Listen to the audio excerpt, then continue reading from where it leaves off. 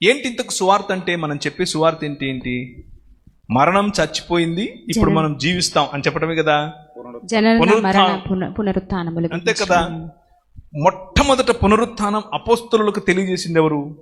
మగ్దలేనే మరియా స్త్రీ అన్న కదా. సో అక్కడ పురుషుల కోసం కూడా రాయబడి ఉంటదన్న. కరెక్ట్. వాళ్ళు నమ్మలేకపోయారు. కరెక్ట్. అంటే అపోస్తలులకే అపోస్తలురాలు ఈమె పంపబడింది. నీకు అర్థమవుతుందా? ఆ పదం వెనకున్నటువంటి అర్థం అది మనం అర్థం కరెక్ట్గా దాన్ని బైబిల్ని అర్థం చేసుకుంటే ఇట్ ఈస్ ఎక్స్ప్లోజివ్ థాట్.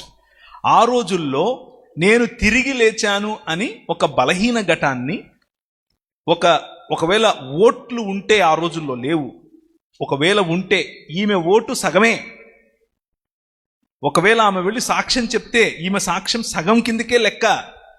అలాంటి వ్యక్తిని ఎన్నుకొని ప్రభు అయిన యేసుక్రీస్తు ఏమంటున్నాడంటే, నువ్వు వెళ్ళి నా సహోదరులతో చెప్పు, నేను వారికి ఇంతకు ముందే చెప్పినట్లు గలిలియలో వాళ్ళని కలుస్తాను, వాళ్ళని అక్కడ రమ్మని చెప్పు అని చెప్పాడు. సో యేసుక్రీస్తు ఒక స్త్రీని నమ్మి